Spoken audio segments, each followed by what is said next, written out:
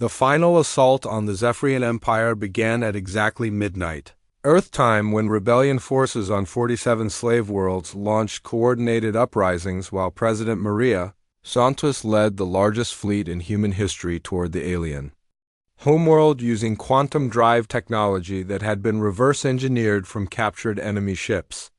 The massive vessel Retribution served as flagship for an armada that included both human warships and captured Zephyrian cruisers operated by crews who had learned to use alien technology better than the aliens themselves. War Commander Vexthal faced the collapse of everything his species had built over thousands of years as reports flooded in from across the galaxy about slave populations rising in rebellion, while his own fleet was trapped between defending the homeworld and trying to maintain control over an empire that was falling apart faster than he could respond to individual crises.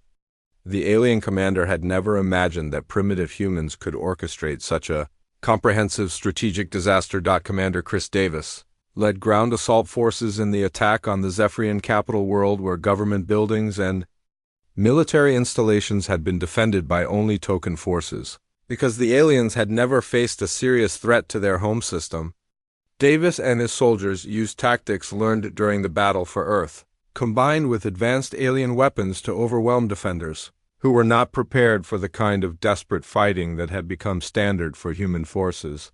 Admiral Ben Carter coordinated the space battle around the Zephyrian homeworld from his command ship while simultaneously managing military support for rebellions on dozens of other worlds throughout the galaxy using quantum communication systems that allowed real-time coordination across interstellar distances. Carter had spent his entire career preparing for conflicts that involved single-star systems, but now he was commanding operations that spanned half the galaxy. Dr. Danny Lee had evolved his computer viruses into sophisticated programs that could take complete control of Zephyrian ships and turn them against their own forces while also broadcasting messages of hope and tactical coordination to rebellion forces throughout the Empire. Lee's programs were spreading through the alien communication network faster than Zephyrian technicians could develop countermeasures, and each infected ship became a weapon in human hands. Captain Kate Miller led a squadron of captured alien vessels in the assault on Zephyrian orbital defenses that were designed to repel invasion fleets but had never been tested against attackers who understood their weaknesses from studying captured technology. Miller's ships used quantum disruption weapons to overload alien defensive systems while staying hidden among the debris of destroyed enemy vessels until they could strike at critical targets. The tide of battle turned decisively when engineer Pete Johnson succeeded in taking control of the main defense grid that protected the Zephyrian homeworld and turned the planet's own weapons against the remaining loyal fleet elements, while rebellion forces on the surface captured government installations and broadcast surrender demands to the few remaining alien strongholds. Johnson had become the most effective weapon in the human arsenal by turning enemy technology against itself. War Commander Vexthal made his final stand in the command center of his flagship as human boarding parties fought their way through the ship's corridors, while quantum disruption weapons disabled his vessel's defensive systems and left him defenseless against enemies he still could not understand. The alien commander faced Admiral Carter in person for the first time when human forces captured the bridge and demanded his unconditional surrender. The confrontation between Carter and Vexthal became legendary when the alien commander asked how a primitive species had managed to destroy an empire that had conquered half the galaxy through superior technology and military doctrine. Carter's response echoed across the battlefield as he explained that humans did not fight just for themselves but for every species that had been enslaved by Zephyrian arrogance, and that freedom was not something that could be given or taken, but had to be earned through sacrifice and determination. President Santos received War Commander Vexthal's formal surrender aboard the Retribution, while rebellion forces throughout the galaxy celebrated the fall of an empire that had oppressed dozens of species for thousands of years. Santos made it clear that humanity had no intention of replacing the Zephyrians as galactic overlords, but instead wanted to help establish a confederation of free worlds where each species could determine its own destiny without interference from imperial Powers. The liberation of the Zephyrian slave worlds revealed the true scope of the Empire's crimes as human rescue teams discovered populations that had been forced into specialized labor roles for so many generations that they had forgotten their original cultures and technologies. Dr. Sam Williams led scientific teams that worked to restore lost knowledge and help former slaves rebuild their civilizations while learning from each other about different approaches to science and technology. Captain Lisa Rodriguez was appointed as humanity's first ambassador to the Galactic Liberation Council that was established to coordinate reconstruction efforts and prevent the rise of new imperial powers that might threaten the freedom that had been won at such a terrible cost. Rodriguez had learned during the war that cooperation between different species could accomplish things that no single civilization could achieve alone. The war officially ended when the last Zephyrian holdout forces surrendered on a remote frontier world where they had been cut off from the main empire for months, and did not know that their government had already fallen to human and rebellion forces. Commander Jake Morrison accepted their surrender and offered them the choice between exile to a neutral world or integration into the new Galactic Confederation as equals rather than rulers. The establishment of the Galactic Confederation represented a new era in interstellar relations where species could work together as partners rather than being forced into submission by imperial conquest. The Confederation Charter was based on principles that humans had learned during their own struggles for freedom and emphasized the rights of individual species to determine their own governments and social systems without outside interference. Dr. Nancy Walsh became the first human to address a session of the Galactic Council when she presented humanity's proposal for collective defense against future imperial threats while also sharing the technologies that had made victory possible, including quantum disruption, weapons and computer systems that could adapt to new challenges faster than traditional alien technology. Walsh's speech was broadcast throughout the galaxy as a message of hope for species that had never imagined freedom was possible. The legacy of the human victory over the Zephyrian Empire inspired other species to resist imperial conquest and led to the formation of mutual defense agreements that made it impossible for any single civilization to dominate large portions of the galaxy through military force alone. Humanity had proven that technological superiority was not enough to guarantee victory against opponents who were willing to sacrifice everything for their freedom. Admiral Carter retired from military service to become the first director of the Galactic Defense Academy, where former enemies worked together to develop new strategies for protecting free worlds against imperial threats while also sharing knowledge about different approaches to science and technology that could benefit all member species. Carter often reminded his students that the greatest strength of the Confederation was its diversity of ideas and approaches to solving problems. Captain Rodriguez concluded her address to the Galactic Council by reminding the assembled representatives that freedom was not a gift that could be given by others, but a responsibility that each generation had to earn and defend through constant vigilance against those who would trade liberty for security. The human victory over the Zephyrian Empire had proven that even the most powerful tyranny could be defeated by people who refused to accept that resistance was futile, and that some things were worth dying for. The victory celebration on Earth lasted exactly 3 hours before President Maria Santos called an emergency meeting of military leaders who understood that driving off the Zephyrian fleet was only the beginning of a much larger war. Admiral Ben Carter presented reconnaissance data showing that the aliens had retreated to staging areas beyond Pluto, where they were regrouping and calling for reinforcements from other sectors of their empire. Humanity had won the first battle, but the enemy would return with better preparation and overwhelming numbers. Captain Kate Miller found herself in command of the captured Zephyrian cruiser that her assault team had taken during the battle, and she was amazed by the advanced technology that filled every compartment of the alien vessel. The ship's quantum drive system could travel between star systems in days rather than the years it would take human vessels, and its weapons could destroy entire cities with single shots.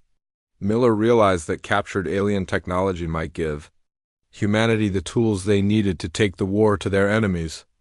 General Alex Turner launched Operation Payback within days of the Zephyrian retreat using intelligence gathered from captured alien computers to identify supply bases and communication relays throughout the outer solar system.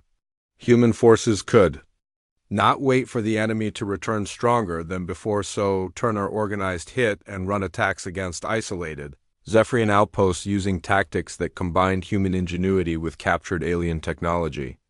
Dr. Sam Williams worked around the clock to reverse engineer Zephyrian quantum drive systems so that human ships could follow the retreating alien fleet and strike at targets throughout their empire before they could organize an effective counterattack.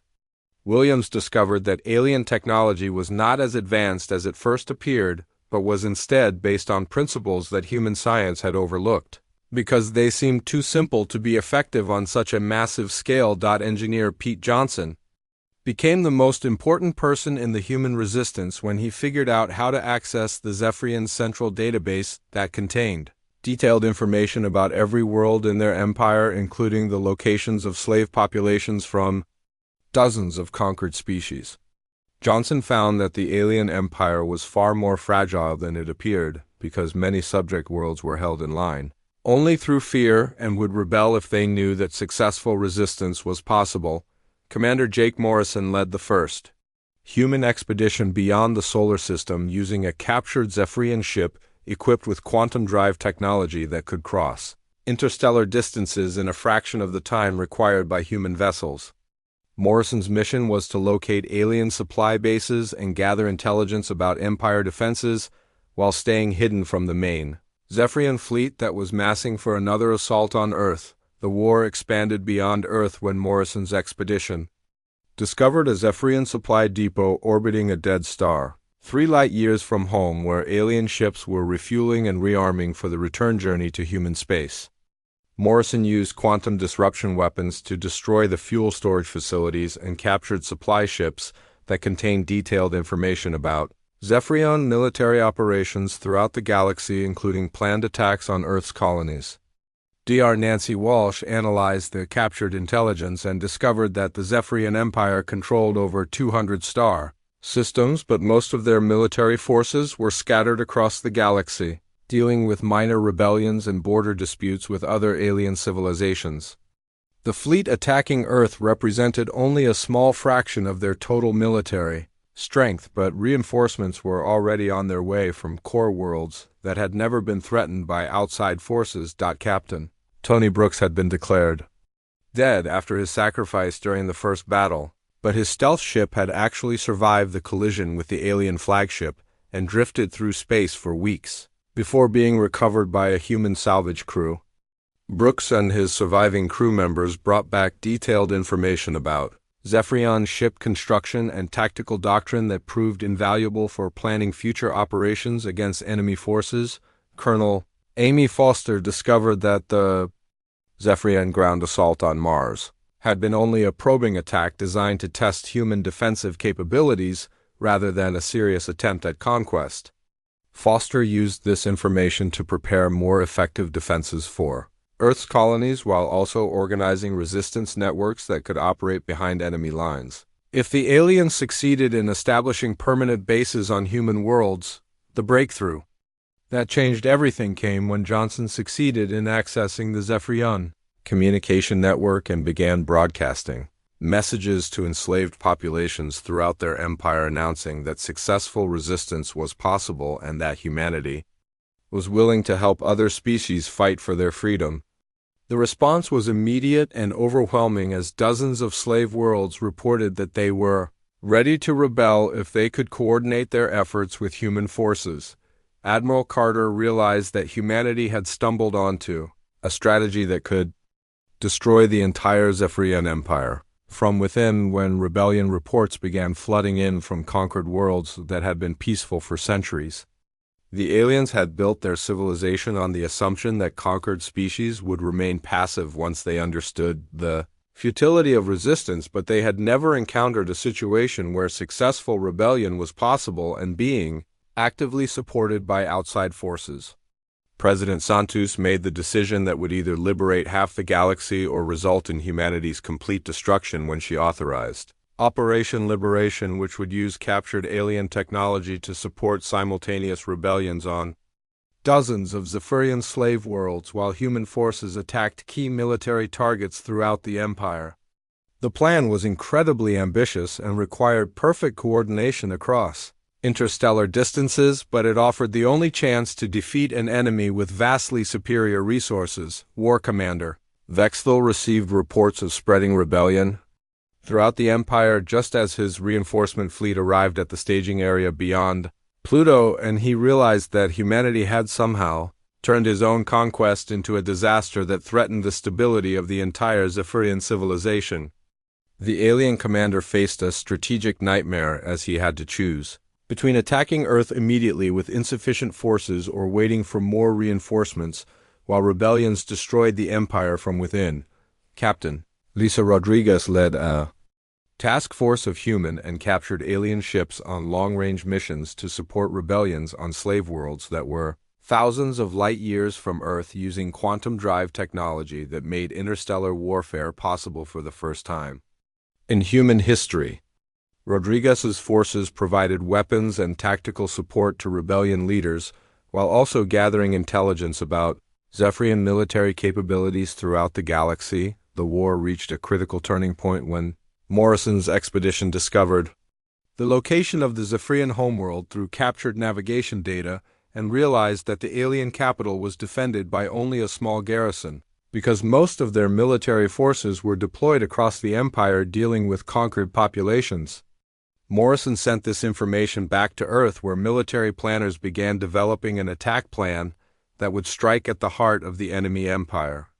Dr. Williams completed development of quantum disruption weapons powerful enough to disable entire fleets, while Johnson's computer viruses evolved into sophisticated programs that could take control of alien ships and turn them against their own forces. Human technology was advancing at an incredible rate as engineers and scientists learned to combine human innovation with captured alien knowledge to create weapons and systems that neither species could have developed alone. The final phase of Operation Liberation began when Admiral Carter received confirmation that rebellion forces on 47 slave worlds were ready to coordinate simultaneous uprisings that would cripple Zephyrian military logistics throughout the galaxy. Carter knew that humanity had one chance to win a war against an empire that controlled hundreds of star systems, and he was determined not to waste the opportunity that had been bought with the blood of heroes who had died defending Earth's freedom. The battle for Earth's freedom exploded across the entire solar system as human forces pressed their advantage against confused and disorganized Zephyrian fleets that had never faced an enemy willing to sacrifice everything for the chance to remain free. Admiral Ben Carter coordinated defensive operations from Luna Base, while watching tactical displays that showed the largest space battle in human history, unfolding in real time with the fate of civilization hanging in the balance. War Commander Vexthal struggled to regain control of his fleet as computer viruses continued feeding false targeting data to his ships, causing them to fire on each other while human vessels darted between the massive alien formations like angry wasps attacking sleeping giants.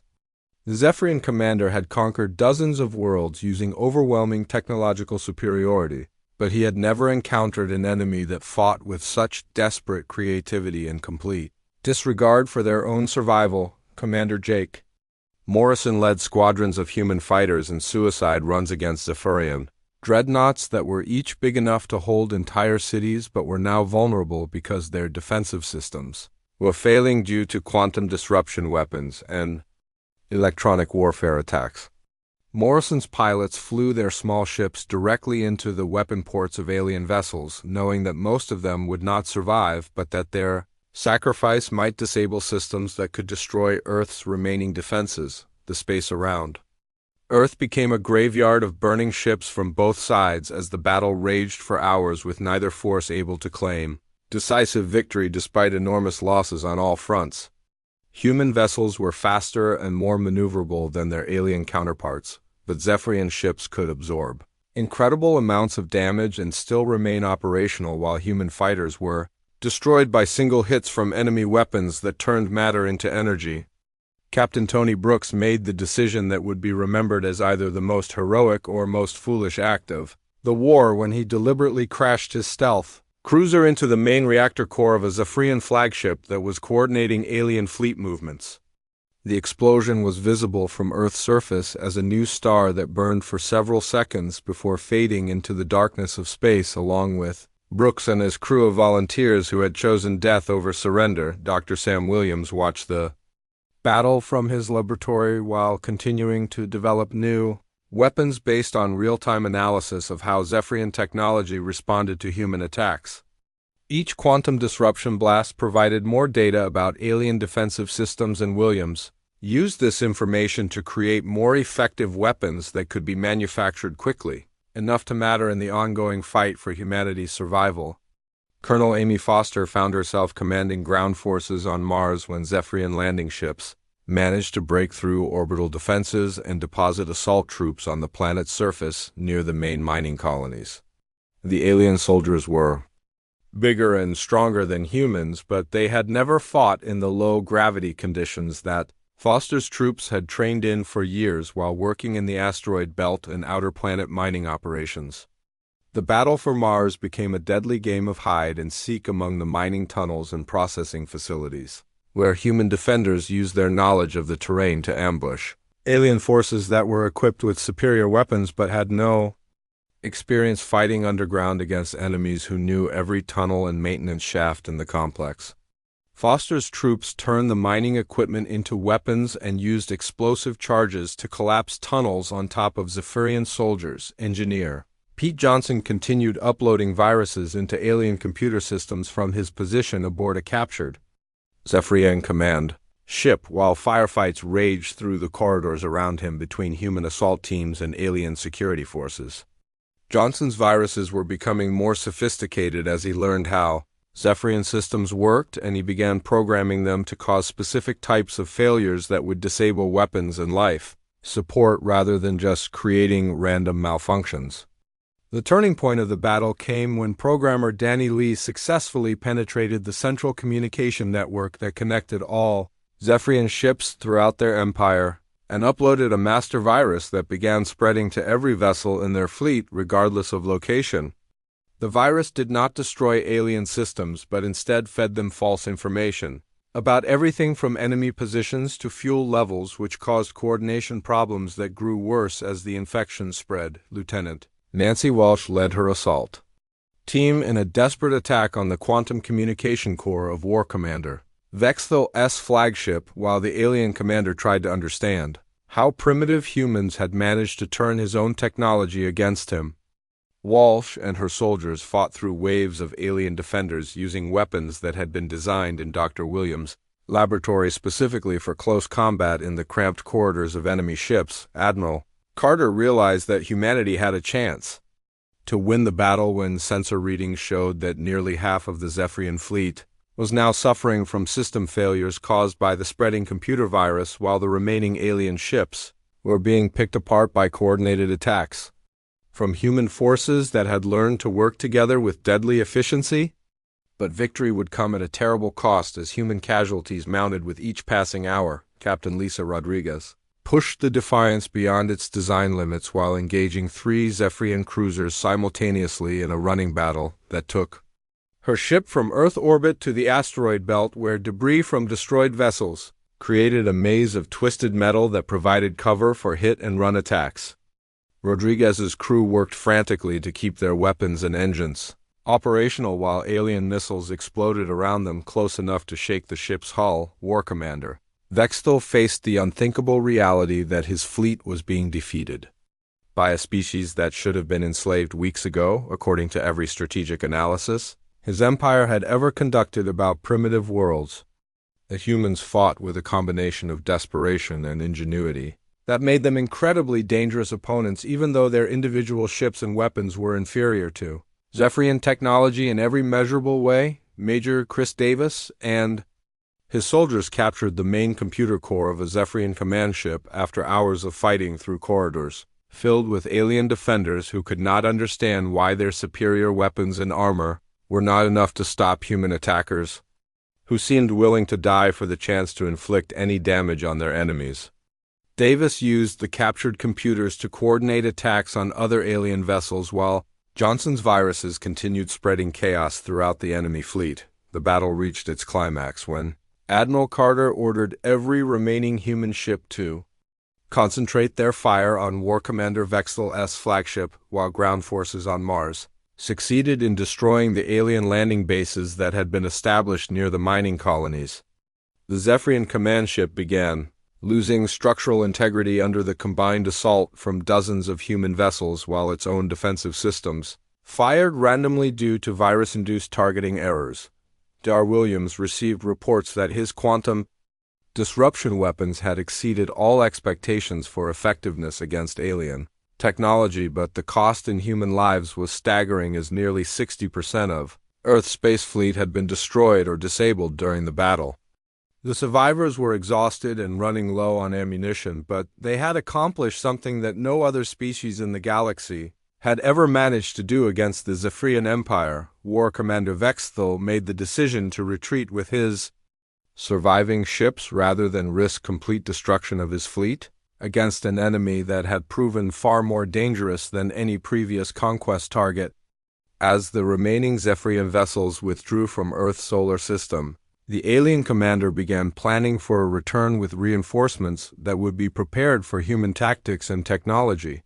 But he did not yet understand that humanity had no intention of waiting passively for the next attack. The day before the surrender deadline, President Maria Santos stood before the cameras and announced that humanity had made its decision about the Zephyrian demands. Her voice was steady, but her hands shook slightly as she read the prepared statement. That would either save her species or condemn them all to destruction.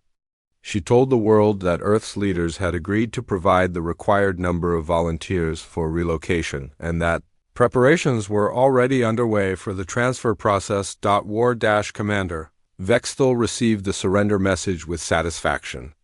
That was visible even through his alien features. He had been confident that humans would eventually see reason like every other species, but their delay in responding had been longer than usual, which suggested they might have more pride than intelligence. The alien commander began preparing his fleet for the harvest operation that would mark humanity's official entry into the Zephyrian Empire as the 48th conquered species. What Vextel did not know was that the volunteers boarding the transport ships were not ordinary civilians, but specially trained soldiers, led by Major Chris Davis and Lieutenant Nancy Walsh, who had spent weeks learning how to operate in zero-gravity combat situations. Each volunteer carried weapons disguised as personal belongings and communication devices that looked like jewelry or clothing accessories. They had memorized detailed plans of Zephyrian ship layouts provided by the spy missions and knew exactly where to strike when the time came. Dr. Sam Williams had worked for 26 days straight to develop quantum disruption weapons based on the intelligence gathered from alien technology studies. The weapons were crude compared to Zephyrian systems, but they used principles of exotic matter manipulation that might be effective against alien shields and sensors. Each volunteer soldier carried a small disruption device that could overload quantum communication arrays and cause system failures throughout enemy ships. Captain Lisa Rodriguez now commanded the heavily modified spacecraft Defiance, which had been rebuilt using every piece of advanced technology that human engineers could develop in 4 weeks of round-the-clock work. The ship looked exactly like a standard diplomatic vessel from the outside, but hidden beneath its normal hull were weapon systems and electronic warfare equipment that no Zephyrian would expect to encounter from a primitive species like humanity. The surrender ceremony was scheduled to take place in Earth orbit, where War Commander Vextel would personally oversee the transfer of human volunteers to processing ships that would take them to various worlds throughout the Zephyrian Empire. The alien commander brought his entire command fleet to witness this historic moment when another species joined their civilization voluntarily rather than after a costly military campaign that damaged valuable worker populations. Admiral Ben Carter watched the alien fleet approach Earth from his hidden command post on the far side of the moon, where human warships had been gathering in secret for the past 2 weeks. Every available vessel from cargo haulers converted into missile platforms to experimental fighters equipped with Dr. Williams' quantum weapons had been assembled for the operation that would either free humanity or result in their complete annihilation. Within a matter of hours, the Zephyrian fleet moved into position around Earth with the casual confidence of predators, approaching helpless prey. Their massive command ships hung in space, like dark monuments to imperial power, while smaller vessels formed defensive screens that could destroy any human attack before it got close enough to matter.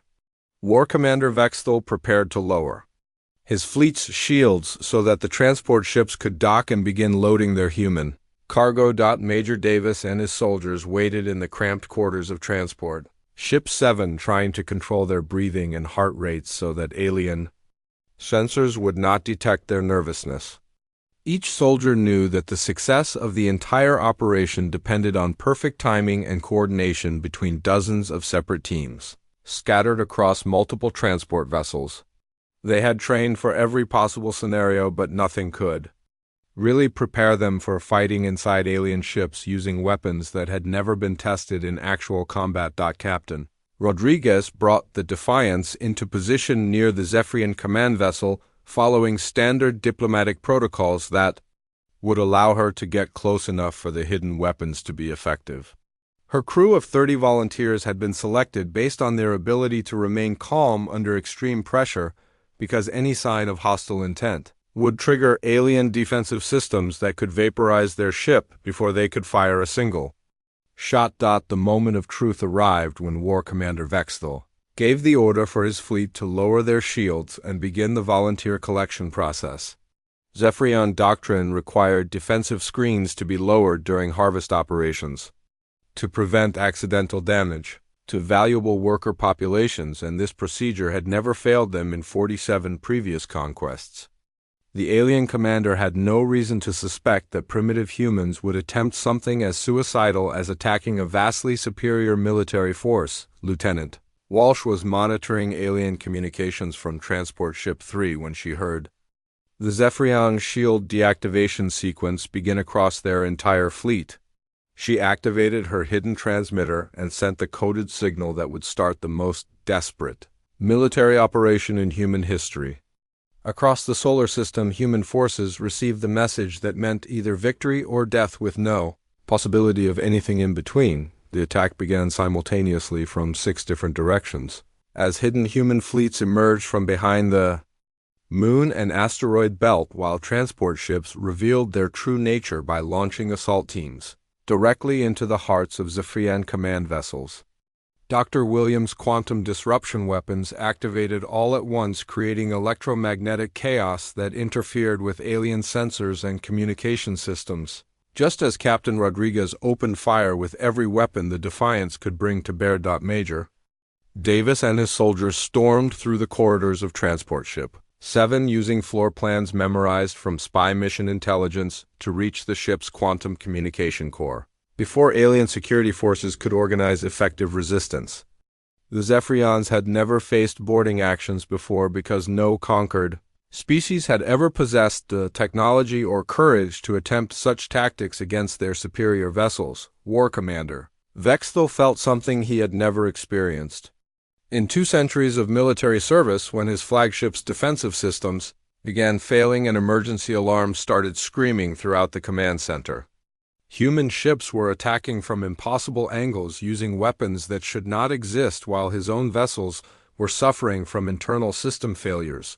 That made no scientific sense according to everything he knew about primitive human capabilities. Admiral Carter coordinated the space battle from his hidden command post while watching real-time tactical displays that showed human forces engaging Zephyrian ships throughout the inner solar system. The quantum disruption weapons were working better than anyone had dared to hope, as alien vessels lost shield integrity and weapon targeting capability just when they needed them most. But the battle was far from over, and human losses were mounting rapidly against enemies who still possessed overwhelming technological advantages. Engineer Pete Johnson was aboard Zephyrian Command Ship Alpha uploading computer viruses into their central control systems while Major Davis's assault teams fought their way through alien security forces using tactics that combined desperation with careful planning. The viruses were designed to feed false information to Zephyrian targeting computers rather than destroy their systems outright, which would cause friendly fire incidents among the alien fleet without being detected until it was too late to correct the damage. The tide of battle began to turn when Zephyrian ships started firing on each other due to Johnson's computer viruses while human forces pressed their attacks against confused and disorganized alien formations. War Commander Vexthal realized that his empire had seriously underestimated human capabilities and that this species might actually be capable of defeating forces that had conquered half the galaxy through superior technology and tactical doctrine. The emergency session of the Global Defense Council lasted 18 hours without a single break as world leaders tried to find a way out of the impossible situation facing humanity. President Maria Santos sat at the head of the table looking exhausted but determined while reports poured in from every corner of Earth about panic in the streets and military units mobilizing without clear orders about what they were supposed to fight. General Alex Turner had been studying the footage from Jake Morrison's meeting with the aliens over and over, again looking for anything that might give humanity an advantage. The Zephyrian technology seemed like magic compared to human science. But Turner had learned during his military career that every enemy had weaknesses, even if they were not obvious at first glance. He started making lists of everything they knew about the aliens and everything they needed to find out before the 30-day deadline expired. Dr. Sam Williams was working around the clock in his laboratory, trying to understand how the Zephyrian weapons worked based on the recordings of the space station destructions.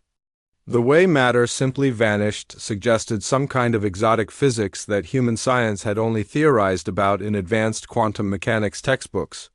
If he could figure out how their weapons manipulated space and time, maybe humanity could develop countermeasures, or even copy their technology. President Santos made the decision that would either save humanity or doom them all when she authorized a secret plan to gather more information about Zephyrian capabilities while pretending to negotiate surrender terms. The plan was dangerous, because if the aliens discovered what humans were really doing, they might decide to skip the 30-day deadline and attack immediately.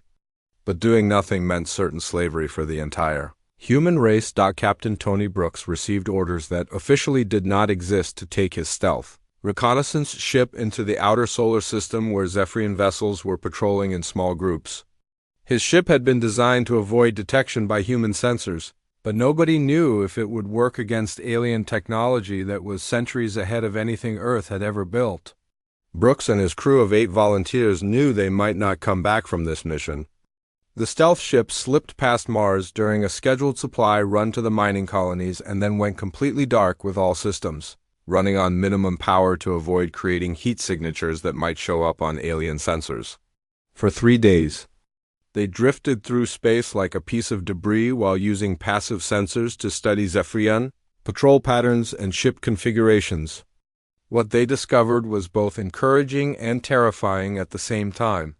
Colonel Amy Foster was given the job of preparing resistance networks on Earth in case the aliens decided to invade rather than wait for humanity to surrender peacefully. She traveled to military bases and civilian training centers around the world teaching soldiers and volunteers how to fight an enemy with superior technology using guerrilla tactics that have worked against powerful armies throughout human history. The lessons were grim because everyone knew that traditional warfare would be suicide against the Zephyrians. Meanwhile, Jake Morrison was assigned to lead a diplomatic mission that was really a spy operation, disguised as good faith negotiations with the alien commanders. The Zephyrians had agreed to allow human representatives aboard their ships to discuss surrender terms which gave humanity a chance to study their technology and internal ship layouts from the inside. It was incredibly dangerous, but it might be their only opportunity to learn how alien systems worked. Dr. Kate Miller joined Morrison's team as a linguist and cultural specialist whose real job was to map Zephyrian ship interiors and identify potential weak points in their defenses. She had studied the alien communication patterns from their first contact and noticed that they seemed to rely heavily on centralized computer systems that controlled everything from life support to weapons targeting. If those systems could be disrupted, it might give human forces a fighting chance. Engineer Pete Johnson was officially part of the diplomatic team to assess Zephyrian industrial capacity, but his real mission was to plant listening devices and computer viruses throughout any alien ship he could access. Johnson had designed the surveillance equipment himself using technology so primitive compared to Zephyrian systems that it might be invisible to their security scans. The devices would transmit information about ship operations and internal communications back to human intelligence analysts. The fake negotiations began when Morrison and his team were transported to a Zephyrian command vessel that hung in space between Earth and the Moon like a dark metal mountain studded with weapon ports and sensor arrays. The interior of the ship was a maze of corridors that seemed to go on forever, with ceilings so high they disappeared into shadows above.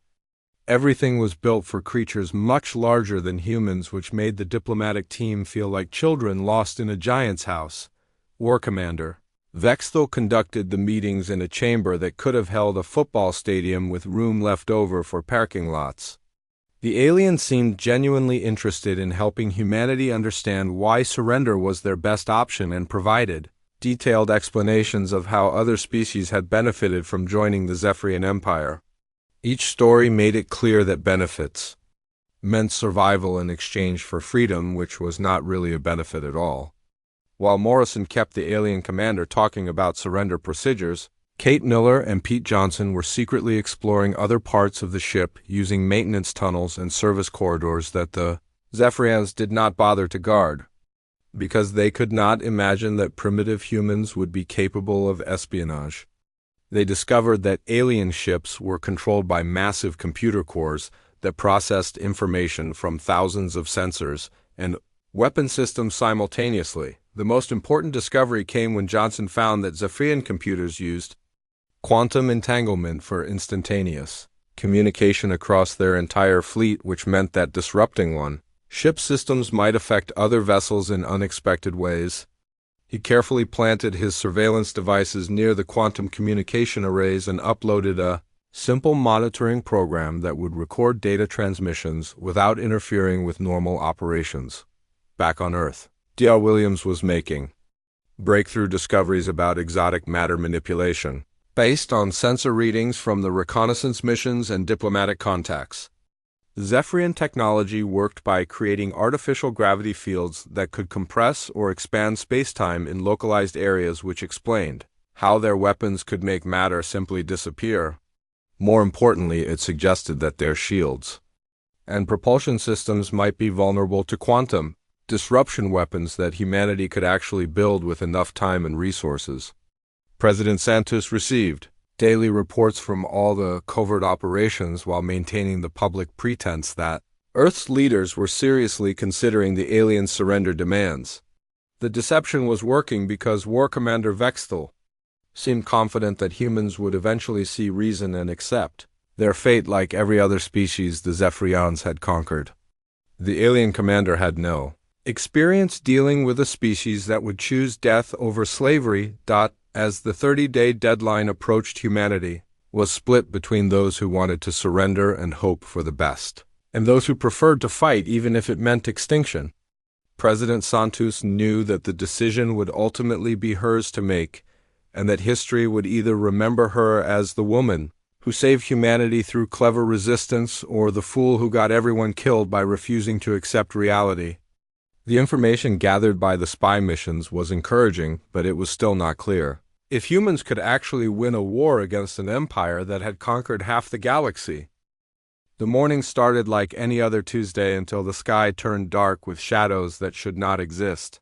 Jake Morrison was drinking his coffee in the space station cafeteria when the alarms began screaming across every human outpost from Earth to Mars. He dropped his cup and ran to the observation deck, where other crew members stood frozen in terror and wonder. Above them hung ships so massive they blocked out the sun. The alien vessels looked like floating cities, made of black metal and strange lights that hurt to look at directly. They moved without sound through space in perfect formation as if the laws of physics meant nothing to them. Each ship was bigger than any human city, and there were dozens of them, just hanging there like sleeping giants waiting to wake up. Lisa Rodriguez was in her lab studying mineral samples when her assistant burst through the door with news that changed everything. The aliens were trying to talk to them using radio signals that came from everywhere at once. She grabbed her equipment and raced to the communication center, where technicians were working frantically to decode the incoming messages. The alien voice that finally came through the speakers was cold and mechanical, like a machine trying to pretend it was alive. It spoke perfect English, which made everyone in the room feel even more afraid, because that meant they had been watching humanity for a very long time. The voice introduced itself as War Commander Vexthal of the Zephyrian Empire and demanded to speak with human leaders immediately. Ben Carter was in a meeting with other admirals when the call came in that would change the course of human history. He had spent 40 years in space defending humanity from pirates and asteroids, but nothing had prepared him for this moment. The aliens wanted to meet face-to-face on neutral ground, which meant sending humans into space to meet creatures that could destroy their entire civilization without breaking a sweat. Jake Morrison volunteered to lead the first contact mission because someone had to do it, and he had more experience with dangerous situations than most people. His ship, the Liberty, was small compared to the alien vessels, but it was the fastest thing humans had built, and maybe speed would matter if things went wrong. He took a crew of 12, including Lisa Rodriguez, because they needed someone who understood alien biology, even if they were just guessing about everything. The journey to the meeting point took 6 hours, during which Jake tried not to think about how easily the aliens could vaporize his ship if they wanted to. The Zephyrian vessel that met them was smaller than their city ships, but still big enough to hold 1,000 human spacecraft inside its cargo bay. When they docked, Jake felt like an ant crawling into the mouth of a sleeping dragon. War Commander Vexthal looked nothing like the monsters Jake had imagined during the flight over. The alien was tall and thin with gray skin that seemed to shift colors in the light like oil on water. Its eyes were too large and completely black without any whites or pupils that humans could see. When it spoke, its mouth barely moved, but the words came out perfectly clear in multiple languages at the same time. The meeting room was huge and empty, except for a table that seemed to be grown from the floor rather than built from separate pieces. Vexthal explained that the Zephyrian Empire had been watching humanity for over 200 years and had decided it was time to bring them into their civilization.